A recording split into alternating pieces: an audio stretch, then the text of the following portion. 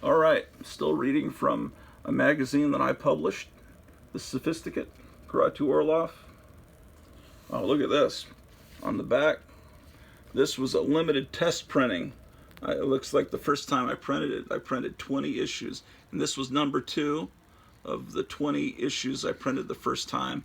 I don't know how much ultimately I maybe printed 500, but I sent them all over the country and the world. So this Sophisticate is out there and people know about it. And then later there was a TV show, a public access TV show that Joe Riley created, and I helped out with. It was called The Hypnotic Eye, and you can see it if you've got a Roku box and type in The Hypnotic Eye, and there's like 20 different channels that show The Hypnotic Eye. But it was a show I worked on with him, and Joe Riley created this eye puppet, and he was this cyclopean eye puppet, and I played there was a marionette of Donny Osmond, and that was me. So I helped provide a lot of footage to him for that show, and that's 25 years ago. This is 30 years ago. So what Joe Riley always said is he wanted to make a TV show version of this magazine that I put out. So that's kind of what the Hypnotic Eye ultimately was, the video version of this. But the Hypnotic Eye is a lot easier to see than this because there aren't many copies of this out there. So I thought I would read an article from this, since it's kind of apropos right now, since apparently they're making a Son of Satan TV show on, what is it called? Hulu, possibly Hulu Network, the Hula Hoop Network, but they're calling it Hellstrom because it sounds more sophisticated than calling it the Son of Satan. Actually, the comic later did that. Anyway, this article is called The Son of Satan. The Son of Satan and the Rise of Satanism in the American Comic Book by Grottu Orloff. And that's what he's supposed to look like, by the way. He's a blonde guy with a pentagram on his chest, and he has a pitchfork and a red cape and collar, and they don't do that. And it's like, why does he not have the pitchfork? I saw the trailer. It looks like he doesn't have the pitchfork. I'll be amazed if he does. I have to wear these from the dollar store because I'm very old now.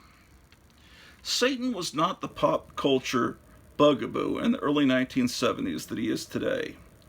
In those halcyon days before Geraldo, Sally, Bob Larson, and Oprah devoted entire shows to the rise in teenage Satanism, major comic book companies could market and sell comics about Satan, demons, and hell to children without anyone so much as batting an eyelash.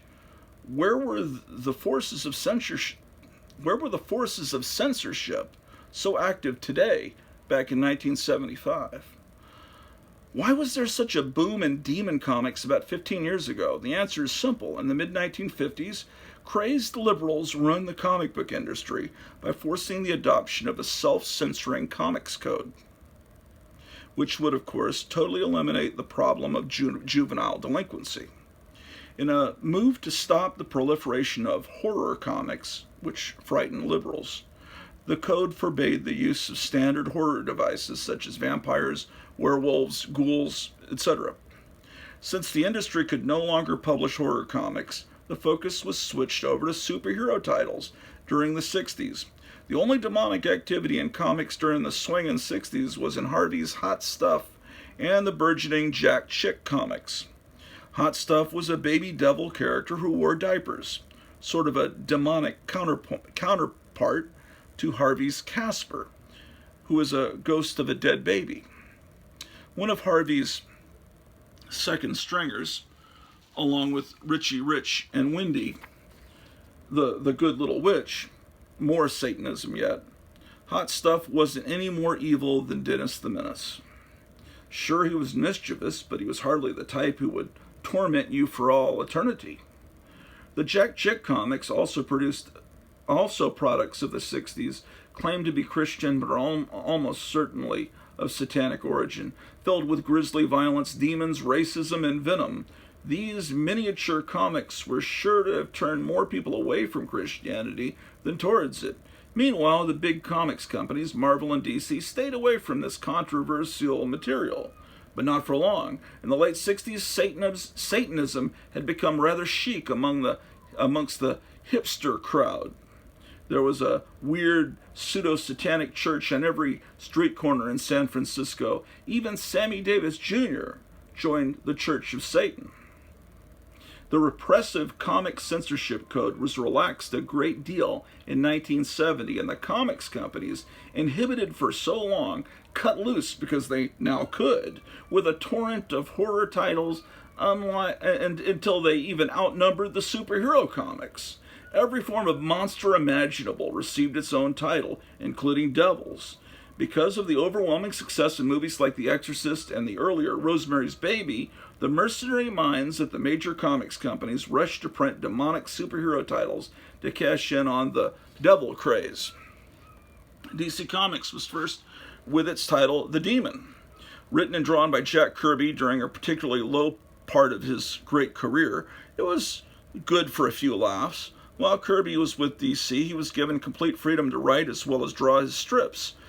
Although Kirby was one of the best comic artists of all time, his writing skills left much to be desired. He wasn't aware of this, though, and everyone was afraid to tell him. Kind of like George Lucas. People don't want to, that work for him, don't want to tell him, hey, you know, this shit doesn't, these prequels aren't very good. Well, I'm off topic. Marvel quickly outdid DC when it premiered the character the Son of Satan in Marvel Spotlight number 12. The Son of Satan later received its own title, which ran 8 issues from December of 1975 until February of 77. There was a comic, this was a comic that if it were published today would cause radio religious guy Bob Larson to have a fucking cow. The Son of Satan was Damien Hellstrom, the spawn of Satan and a mortal woman. He rebels against his father and becomes a born-again Christian. And to make Pop even madder, he swipes his satanic horse-driven chariot and scepter.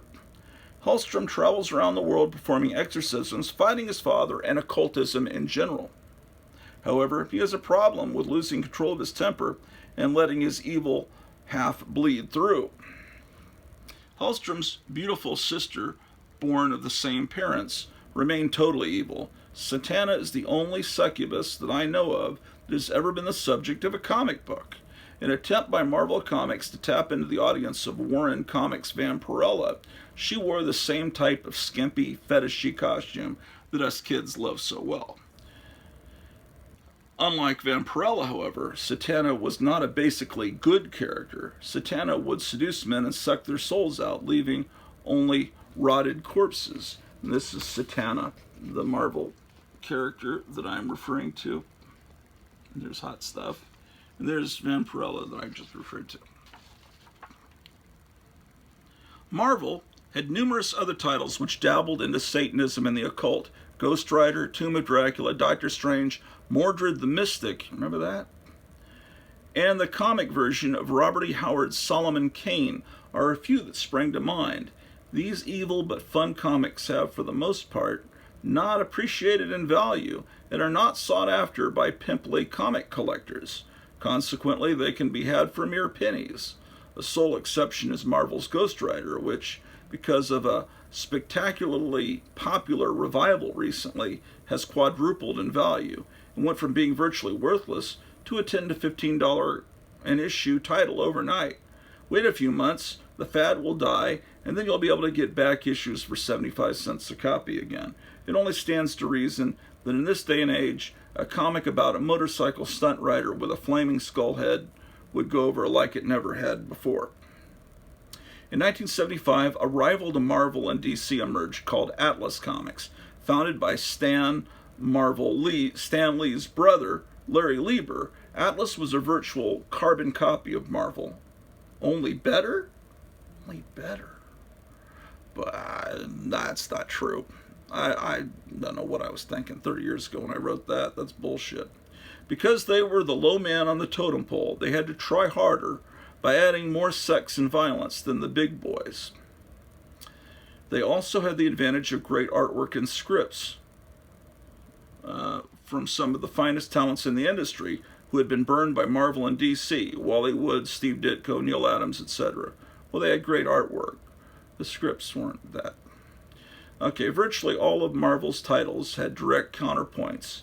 I'm sorry, virtually all of Marvel's titles had direct counterparts in Atlas's comics, so much so that Stan Lee sued, including Marvel's double comics. The Grim Ghost, Demon Hunter, and Tales of the Sorceress were Atlas's entries into the 1975 Devil sweepstakes.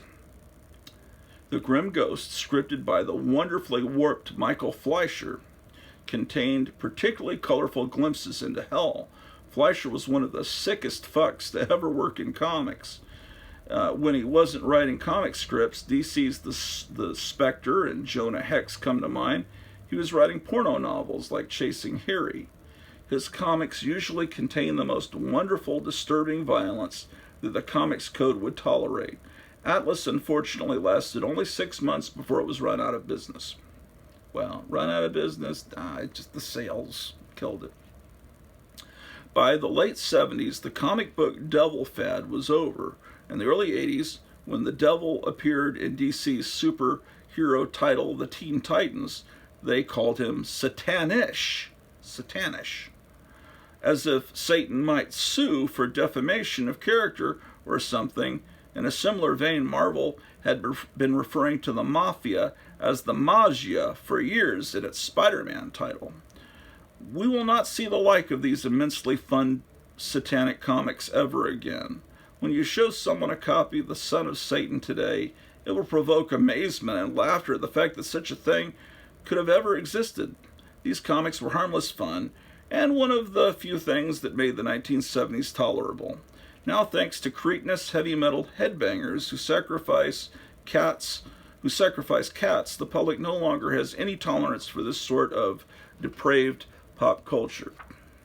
So, this is the type of writing that I produced in a bizarre state of mind I was in back then. Asshole opens theater, continued from last page. Yeah, this was meant to shock and be offensive. There was one, damn, where was it? I wanted to read it in a preview. There was one where shit. 12 minutes. I wanted to read something to you, but will I find it now? No, I probably won't. So I don't remember what was in what issue of this.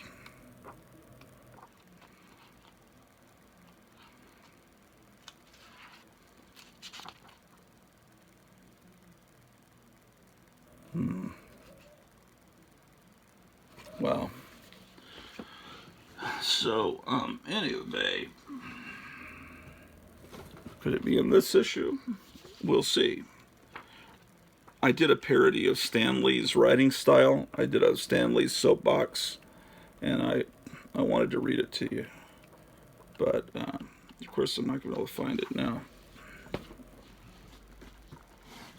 Oh, maybe it's in the Anne Margaret Henry Lee Lucas issue. I think it's in this issue. There's an article a friend of mine wrote about Edgar Rice Burroughs. Edgar Rice Burroughs is the greatest.